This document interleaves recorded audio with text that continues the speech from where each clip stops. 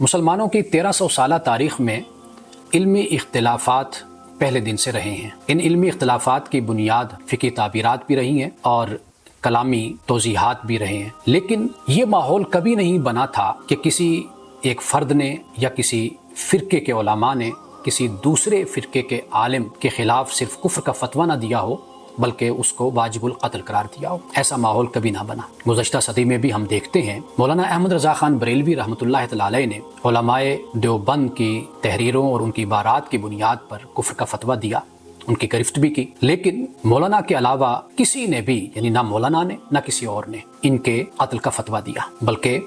آج بھی وہ کتابیں موجود ہیں اور ان کے مسلک کے لوگوں کے پاس بھی موجود ہیں اور مخالف مسلک کے لوگوں کے پاس بھی وہ کتابیں انہی عبارات کے ساتھ موجود ہیں۔ وجہ اس کی کیا ہے؟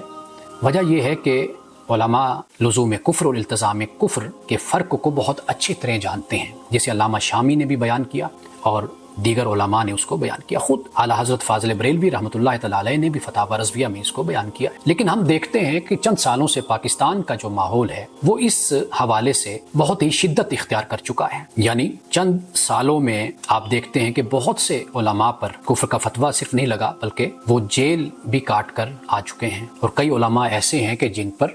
کفر کا فتویٰ اور انہیں اپنی جان بچانا مشکل ہو گیا۔